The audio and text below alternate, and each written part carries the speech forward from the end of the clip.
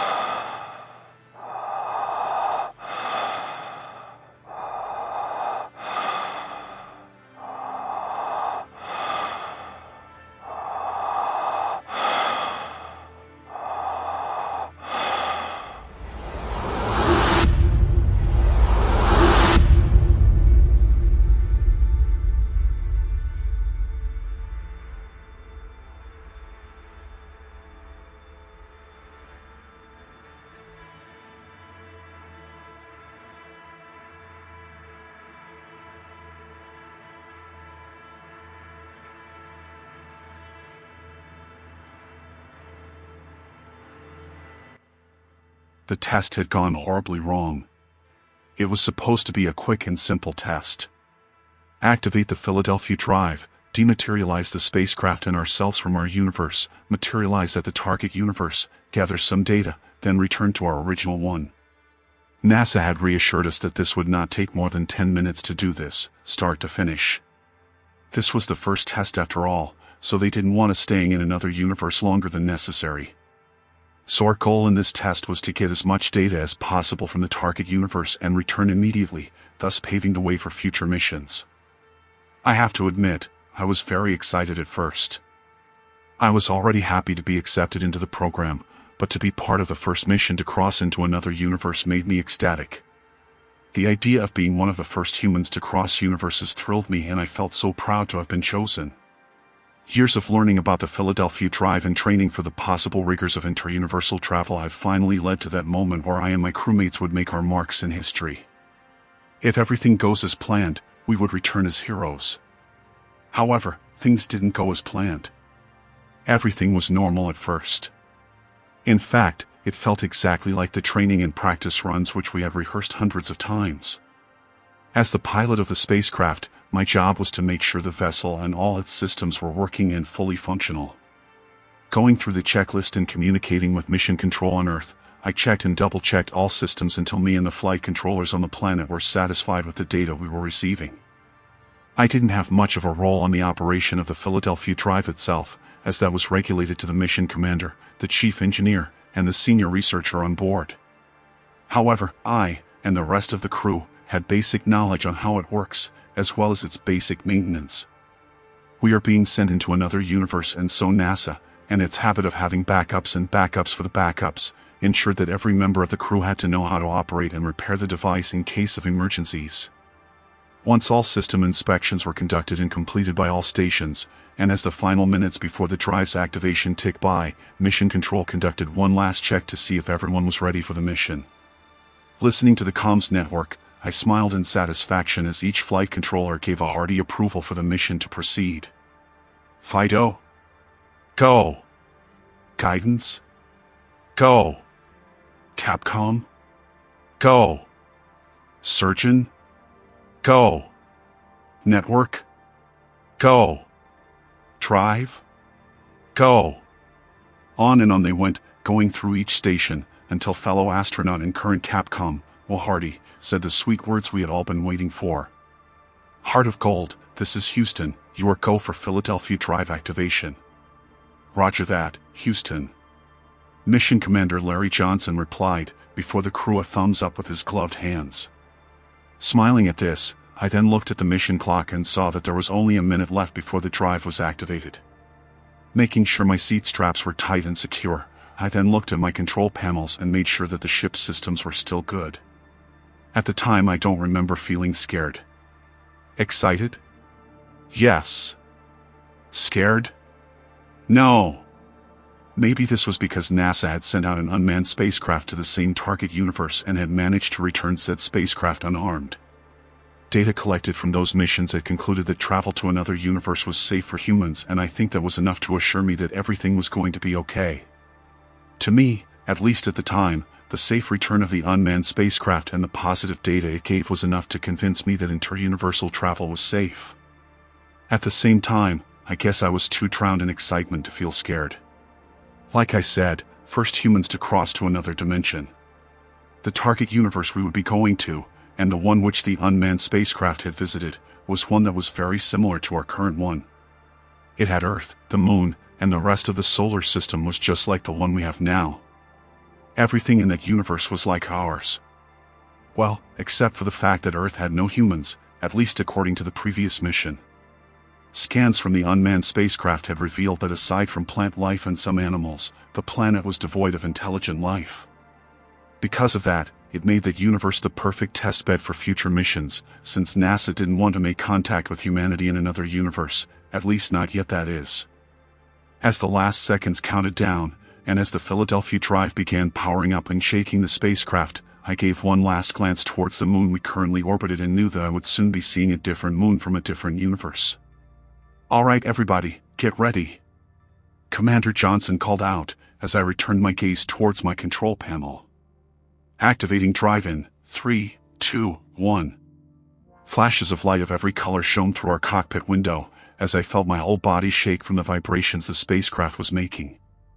Around 50 meters behind me, through various halls and compartments, the Philadelphia Drive was doing its job and transporting us from our universe to our target one. I felt no pain as this happened, and the shaking was actually very mild.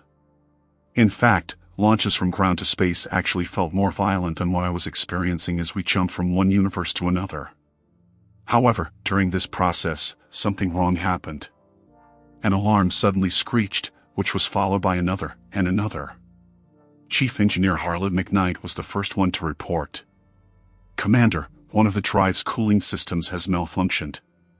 He said, as I scanned my control panel to see that smoke had been detected in the compartment where the drive was stored.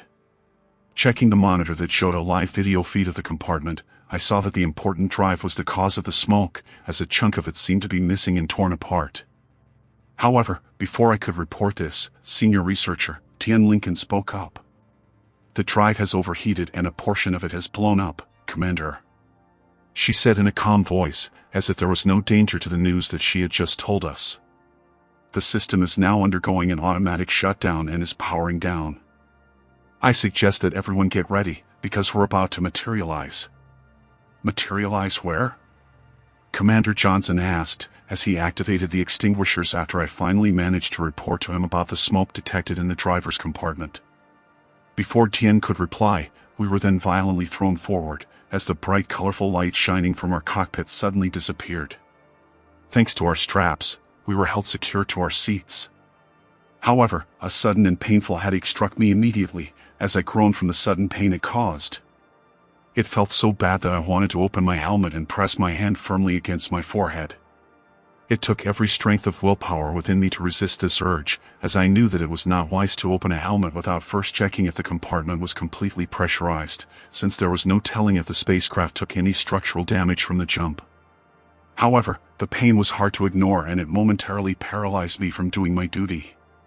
To add to my pain, I also felt extremely dizzy, as I fought the urge to vomit.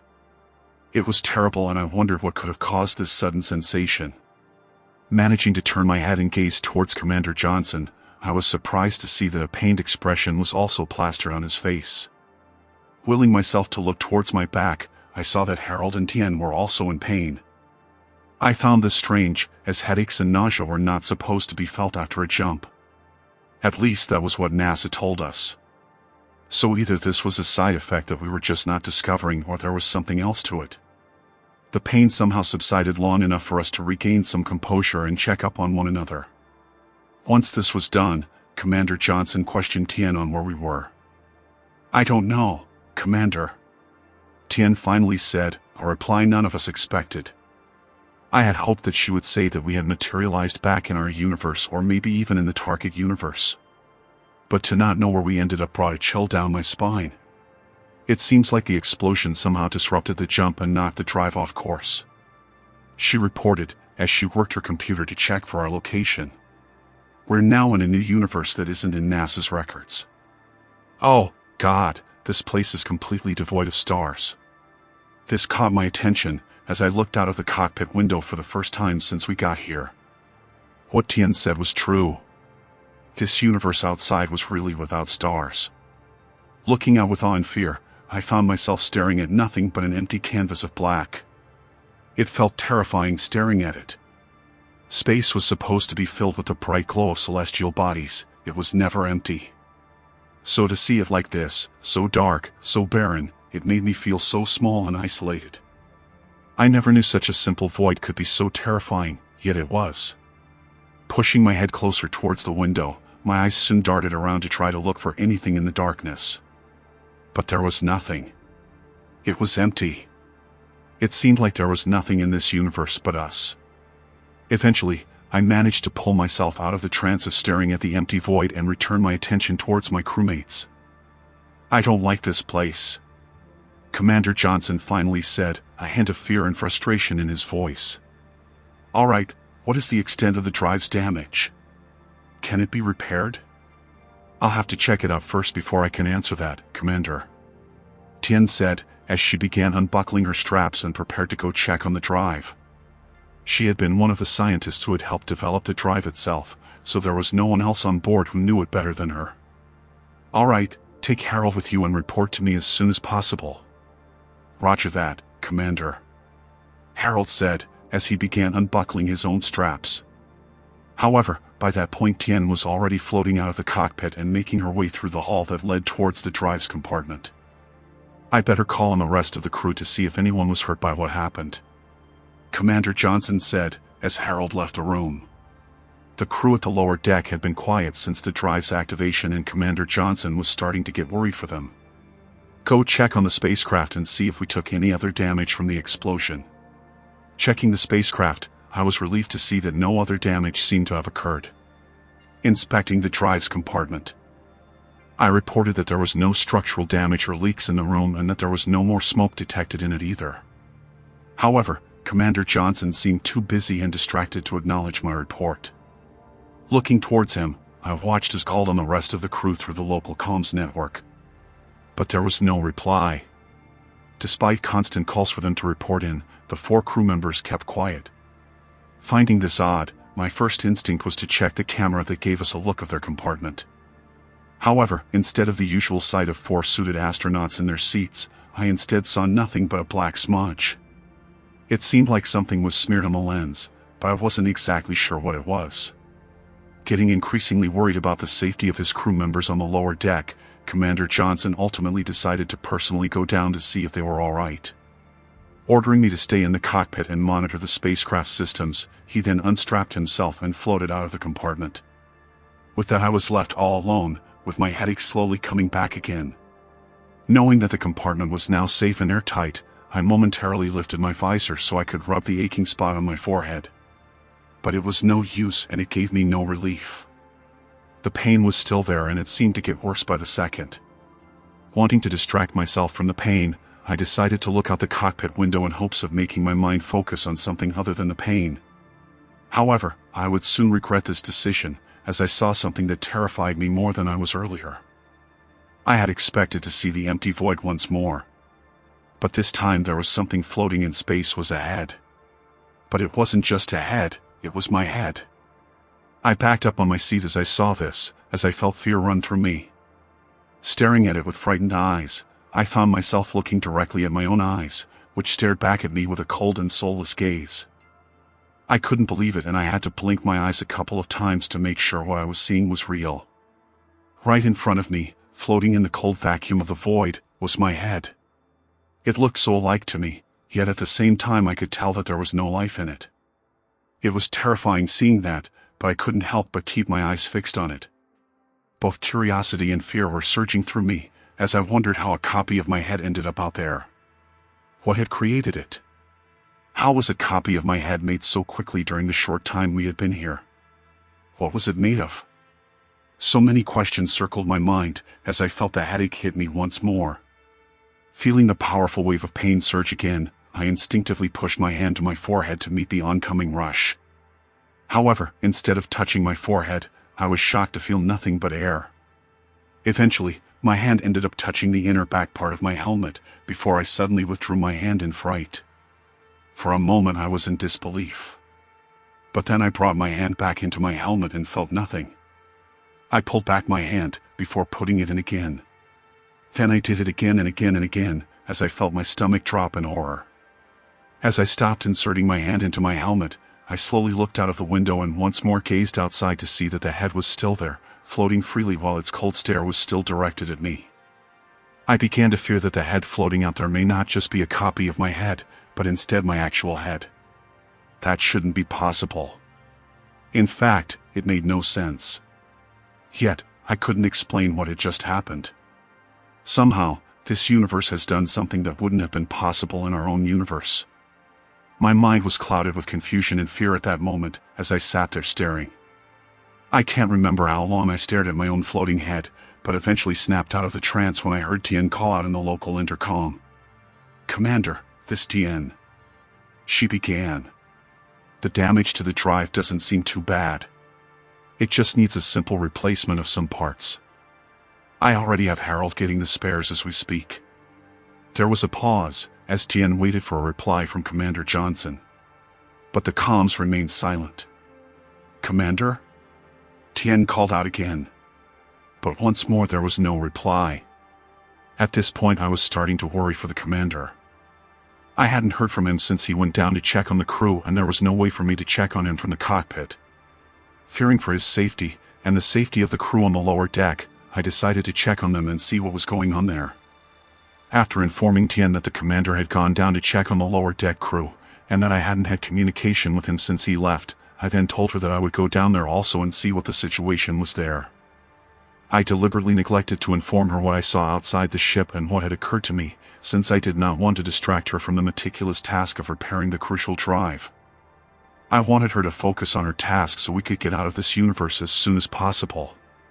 Besides, since I was going down, I would eventually see the commander and the chief medical officer, who would probably be better suited to help me. With that in mind, I pulled down my visor, unstrapped myself from my seat, and left the cockpit without looking back at the head that I knew was still staring at me. Making my way through the spacecraft, I went through the hall and pushed myself down the tube that led to the lower deck. However, upon reaching the hall that led towards the crew compartment there, I immediately knew that something bad had occurred. The hall was dark, far darker than it should have been if the lighting was turned off. Looking around, I noticed that the wall panels were covered in something strange. Deciding to move closer towards it, I observed that it was some sort of skin coating it. Repulsed by this, I quickly drew back, but ended up pushing myself too far and hitting the panels behind me. Sticky substance soon stuck to the rear of my suit, and I turned around to see that the fleshy skin that covered that panel was leaking the thick liquid from pores that dotted its surface. Trying my best to ignore the creepy-looking surface, I decided to stay strong and continue on towards the crew compartment. However, as I floated towards its hatch, I noticed that the skin-like material seemed to cover all the panels of the hull. Luckily, the hatch itself didn't seem to be covered in it, so I was easily able to pull it open to peer inside the compartment. What I saw was not what I expected. Like the hull, the compartment's wall panels were covered by the fleshy skin. However, it was much more disgusting, as the flesh here was not completely covered in skin. Some parts had muscles exposed. In fact, the skin on some portions seemed to be floating next to it, as if peeled and with only a small portion left connected with the muscle. It was a horrifying sight, but that was not the main thing that caught my attention. Flattened on the panels there were 4 faces, eyes looking and staring at me. Staring at one of them, the face gave me a teary-eyed look as its mouth tried to move in an attempt to speak. But no words came out. Instead it just continued its mouth movements as it opened and closed, while a pained look plastered on its flat face. Soon the other 3 faces did the same, as they all looked at me with desperation. It soon dawned on me who these were, and I couldn't possibly imagine how this happened to them. Whatever was happening here was beyond the understanding of an ordinary person. This was not just another universe, this was something much more terrible. This was hell itself. Feeling overwhelmed by the terrible sight, and wanting to spew out the contents of my stomach, I soon began moving away from the compartment of faces and away from the fleshy hull. Making my way back up towards the cockpit, I rushed in to find that the skeleton of a human sat on the commander's seat and worked the various controls around it. Like everything else that has happened so far, it was unnatural and defied all the logic I knew. As I watched it for a few more seconds, I noticed it mutter something, as its jaw moved up and down with each sound. Trying my best to listen, I heard it repeat the same line over and over. "We must get out. We must get out. We must get out." The voice sounded familiar and my eyes soon widened as I recognized whose it was. It was Commander Johnson's voice. I was shocked to see what had happened to him, but I no longer questioned how he turned into a skeleton. This place, this universe, was doing things to people. It seemed that it did not like our entry into its realm. Against my better judgment, I decided to slowly float behind it, moving closer and closer. As I moved towards him, I tried to call out to him, but there was no response. Instead, he just repeated the same line he had been muttering. "We must get out. We must get out." Once I was floating just behind his seat, I cautiously patted him on the shoulder, trying to get his attention. I then saw his skull swivel and I thought that he finally noticed me. However, instead of facing me, his hollow eye sockets instead turned towards one of the monitors on the control panel. This monitor was for one of the cameras facing towards the aft, and as I gazed towards it but saw nothing. All that was there was empty space. Switching my glance back towards the skeletal form of the commander, I looked on as he continued on staring at the screen. However, this time he was quiet. I didn't know what to do or what to say. Everything that has happened so far had been terrifying and exhausting. When the commander finally spoke again, he said something different from his earlier muttering. "It's coming after us. It's coming after us. It's coming after us." This sent a chill through my spine as my heart began to race. I glanced towards the screen once more, but still saw nothing but the darkness of space. This frightened me even more, as the fear of the unknown made the situation feel much worse. For a moment I wondered what exactly the commander was seeing. With this universe capable of doing things beyond our simple comprehension, there was no telling what it could produce to come after us. Images of gigantic planet-sized beings or engulfing black holes came into my mind, but I knew that this place was capable of making horrors much worse than that. Eventually, a call through the comms by Harold interrupted me from my thoughts, as I heard his concerned voice through my headset. "Commander, this is Harold. Are you there?" "The commander is busy at the moment." I decided to reply, thinking that he also shouldn't be distracted from the task of repairing the drive. I know this was a stupid and selfish thing to do, but it also spared me the great effort of explaining the unbelievable horrors through the comms. It would be better and easier for them to understand if I told them face to face, so I thought that it was best for them to wait till they were done with their task. "Oh, well, is Tien over there with you too?" This worried me. "No," I said. "Isn't she still there in the drive compartment?" "She's supposed to be. But when I got back with the replacement parts, she was gone. So I assumed she went back there to check on something and, wait, hold on." My worry was beginning to increase now as I moved back towards my cockpit seat to check the monitor that displayed a live view of the drive compartment. Checking the room, I saw Harold float from one corner of the room and inspect a portion of the drive.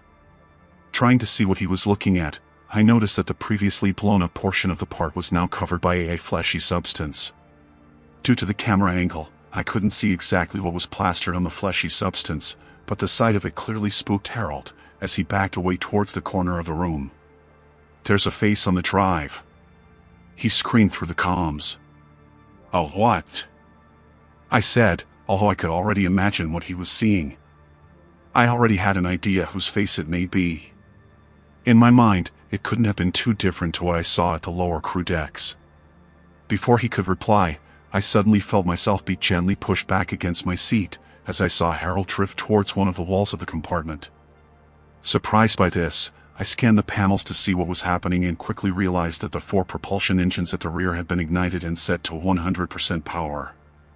Confused, I looked around and eventually looked towards the skeletal form of Commander Johnson to realize that he had engaged the engine and was now pushing the whole spacecraft forward. Propelling the spacecraft forward. Looking ahead to see where he was pushing us towards, I saw that my floating head outside the spacecraft was now pressed against the cockpit window. I don't know how it managed to stay on that one spot, yet it somehow did. From there, it stared at me with the same soulless gaze from earlier. Trying my best to not be trapped into the cycle of staring back at those eyes for too long, I tried to look past the head to see what lay ahead of us. But there was nothing there. It was only empty space, the same emptiness that surrounded us on all sides. However, despite the emptiness, the commander seemed to be seeing something in it. "We must get out. We must get out," he said, as his white bony arms began moving across the control panel, while his thin skeletal fingers began flipping switches. Observing him as he worked, and too confused and scared to do anything else, I soon realized that he was activating the drive. For a moment, this made me wonder if the drive was fully operational. Tien and Harold had not been able to replace the blown portion, and I was unsure if the strange occurrence that had happened to it counted as a repair. But the commander did not think of that and did not seem to care. Instead, he kept on muttering the same line over and over again, as he worked through the necessary procedure to activate the drive. Sitting there next to him, I allowed him to continue. It felt like we had no other choice. It seemed better to try the drive and die attempting to escape than remain stranded in this universe of horrors. Eventually, the commander got the drive to power up, and this immediately resulted in an awful scream to run through the whole spacecraft. Initially, I didn't know where it came from. The terrible agonized screams seemed to be emitting from everywhere. Pain and terror seemed to be contained in it, as it grew louder and louder. As it kept on rising as the drive continued to power up, a small realization hit me. Managing to look towards the monitor that observed the drive compartment, I caught a glimpse of what was happening there and saw that the fleshy substance on the drive was starting to smoke. To me it looked like meat on a heated pan. At that moment I felt sorry for Tien. The pain she must be feeling must have been unbearable. To be burnt alive like that was something I wished I would never experience. Her screaming eventually reached its highest point once the drive was in full power. I wanted the terrible pain cries to stop, but there was no way of doing that. So instead I tried to distract myself by staring out to our front, to see that my head was still pressed against the cockpit window. However, instead of the dark emptiness of void surrounding us, a familiar flash of bright colorful lights had now replaced it. I felt ecstatic and hopeful once I saw that. It was working. The drive was working. For a moment, I managed to shut out the cries of Tien and instead felt joy shot through me. We were finally leaving this universe. The horrors it had brought would finally be gone. Feeling the spacecraft shake as the drive did its work, I let my mind be lost in happiness and the thoughts of home. Watching with glee, I looked on as the pressed head on the cockpit disappeared, as a bright flash of all colors engulfed my whole view. Feeling myself be shoved forward, I was then violently thrust forward. Since I was not able to strap myself before the drive was activated, my body was flung forward, as my helmet smashed against the control panel. This resulted in my visor breaking, sending shards of sharp material to my face. Feeling the stinging pain of the cuts, I instinctively brought my hand on my face to check my wounds. As I did this, a realization hit me. My hand was touching my face. Instantly, this made me pat every portion of my face, as I was relieved to have my head on me again. I felt even more relieved when I saw a familiar white moon just outside the window. Smiling, I then turned towards the commander. However, the sight of him made me frown. His suit was gone and he was completely naked, but that was not the worrying part. Although he was no longer a skeleton, his body was severely thin.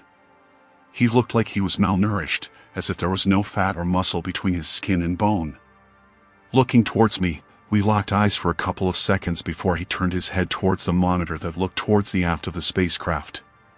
Briefly, his eyes went towards the monitor that showed the drive compartment, before he suddenly pressed himself back against his seat. "It's coming after us," he muttered his final words, as the sounds of various alarms echoed inside the cockpit. With that, Commander Johnson had died. He had brought us home, but not everyone made it. Just like the commander, the 4 crew members at the lower deck in Tien had died. All of them were returned to their original forms, but a quick examination of their bodies showed that their insides were not in the right place. Bones poked at all the wrong places, and a quick x-ray of their bodies revealed that their organs were all in the wrong places. Tien also had her insides in the wrong places, but it was much harder to tell due to her charged body. I somehow got lucky that I didn't have any permanent damage, while Harold was even luckier for not having been affected by that universe. I assumed that we managed to get out just in time before it could target him. Sadly, I don't think our hardships are over yet. When we materialized back to our universe, the propulsion engines the commander had engaged were still in 100% power. By the time I had turned all 4 of them off, its push had already slingshot us out of the orbit of the moon. Calculations from the navigational computer show that we are currently in a trajectory that would make the spacecraft enter the Earth's atmosphere. This spacecraft is a dedicated inter-universal explorer and was never meant to enter the atmosphere. Because of that, Harold and I know that we would burn up if we don't do anything. However, a simple course correction currently cannot be done. The vessel took damage during the last jump, which resulted in the damage to 5 compartments, the reaction control system, and the communications. Harold is trying to repair the reaction control systems, while I'm trying to repair communications. If I'm successful, then maybe we can get a hold of NASA, who can then aid us in the repair of the reaction controls. However, it's been 2 days since we began our work and we don't seem to be anywhere near close to getting any of the systems operational. At the moment we have less than 24 hours left before the spacecraft enters the atmosphere. With the possibility of failure high, I decided to type this message. I'll be saving this in the spacecraft's main memory banks. If we fail to save ourselves, I hope that at least this message survives. I want everyone back on Earth to know what we endured. The U.S. Space Force was the first to see the spacecraft. For 3 days they tried to contact it, but they got no reply. Because of that, they could do nothing but watch as it entered the atmosphere like a meteor. Few people saw the spacecraft burn up over the Pacific Ocean. However, just to be sure, Space Force still made an announcement that the falling debris was from an old communications satellite that they deliberately deorbited and crashed into the ocean. Almost immediately after the crash site was located, the U.S. government worked fast in order to recover the debris in order to answer the mountain of questions many officials had. However, recovery of the debris only opened up more questions. You see, NASA doesn't have a program focused on crossing universes. They never had one in the past and they don't have one now. In fact, they don't even plan to do one in the future. A search through all of NASA's programs revealed that there is no such thing as a Philadelphia Drive or an inter-universal exploration spacecraft by the name of Heart of Gold. As a member of the NASA team investigating the debris of the spacecraft, I was among a select group of people trying to figure out where the spacecraft had come from. Because of this, I was able to read the terrifying message and watch the awful footage found in a memory card stored in a heat-proof capsule. This capsule, along with other pieces of debris, were recovered from the bottom of the ocean near Point Nemo. For 6 months, a joint NASA and Space Force operation worked to recover and study the debris. This was a secret operation, since the government didn't want to worry the public about a spacecraft that materialized out of nowhere. However, I am going to break the secrecy, because there is something the world needs to know. All 8 bodies of the spacecraft's crew were recovered. All of them were deceased and scorched from their entry through the atmosphere. However, a couple of days ago, one of the bodies went missing from the cold storage chamber it was kept in. Surveillance footage shows the body getting up and slipping past security. It then managed to leave the Space Force facility it was in and disappear into the countryside. So I'm posting this to warn everybody that something from outside our universe is now roaming our planet, and there is no telling what it plans on doing.